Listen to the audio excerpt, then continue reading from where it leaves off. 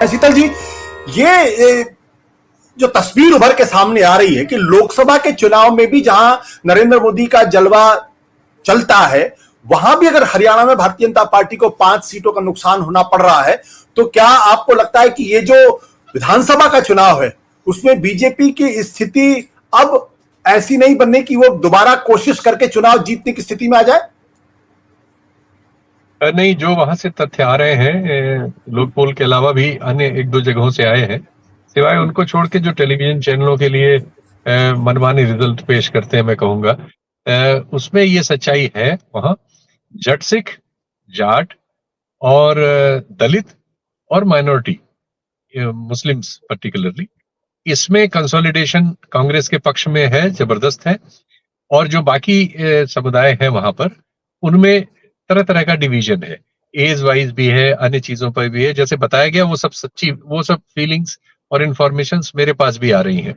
तो इसलिए निश्चित तौर पर बीजेपी के लिए मुश्किल ज्यादा है। बीजेपी ने सिर्फ एक सफलता प्राप्त की है अभी, चाहे वो उसके अपने प्रयास से हुई हो या अदरवाइज भी, कि उसने वहां के चौटाला परिवार की जो दो पार्टियां हैं अलग अलग, जेजेपी और उनकी अभय चौटाला वाली पार्टी, इन दोनों में के साथ एक एक दलित ग्रुप को नत्थी कर दिया है। चंद्रशेखर का अलायंस जेजेपी के साथ हो गया है और मायावती जी का अलायंस पहले से अभय चौटाला के साथ चला आ रहा है। इससे वो कोशिश कर रहे हैं कि जाट और दलित वोट्स में से कुछ हिस्सा नोच सके, और इसमें वो काम भी करेंगे अपना, जहां जैसा वो करते हैं बहुत तरह से। लेकिन देखते हैं कि ये कर कितना पाता है, क्योंकि उन समाजों में राजनीतिक चेतना इस बार बहुत क्लियर है और उसमें वोट के डिवीजन के चांसेस अभी तक जो सूचनाएं आ रही हैं कम है। मैं भी प्रयास कर रहा हूं कि पहुंचूं हरियाणा जल्दी और वहां देखूं इसको कि फील्ड में एग्जैक्टली क्या हो रहा है। लेकिन जो सूचनाएं आ रही हैं वो बिल्कुल इसी दिशा में है। दूसरे, कांग्रेस के लिए एक और कुछ चीजें अच्छी होती जा रही, कुछ बुरी हो रही, कुछ अच्छी। जैसे उनके यहाँ कहा जाता था कि ये एसआरके वहां एक प्रॉब्लम है। एसआरके माने सुरजेवाला और ये आपके वो मैडम जो थी, जो अभी बीजेपी में चली गई, नहीं शैलजा नहीं, दूसरी किरण चौधरी, हाँ हाँ, और शैलजा जी, ये तीन लोगों का ग्रुप जो है कहलाता था, जो एंटी हुडा वहां एक पॉलिटिक्स चलती है। और मुझे तो ये बताया जा रहा है कि वहां जो शैलजा जी के पोस्टर लगते हैं, इसको भी बीजेपी स्पॉन्सर करती है या कर रही है, कि वो बात वहां पे इशू बने उसका। तो ये सब होता रहता है। ये एक ग्रुप था, उसमें से किरण चौधरी चली आई है।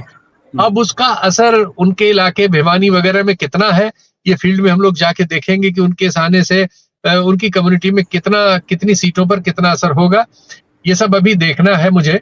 लेकिन इससे हुडा जी की समस्या कुछ सॉल्व हुई है कि जो दूसरा कैंप था उसमें कम से कम 3 में से 1 खिलाड़ी तो वैसे ही बीजेपी की तरफ आ गया।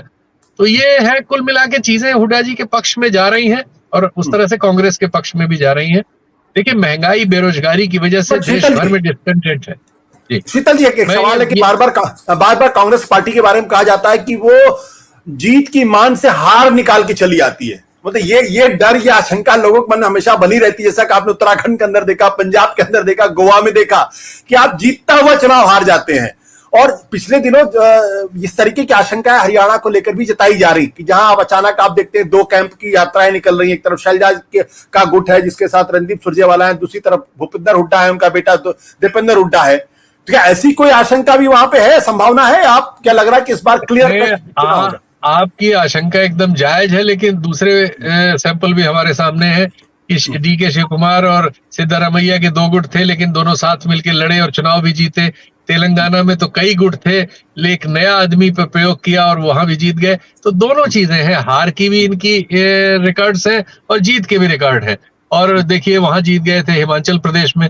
तो इस समय हरियाणा का जो माहौल है वो उत्तराखंड के या पंजाब के माहौल से अलग है।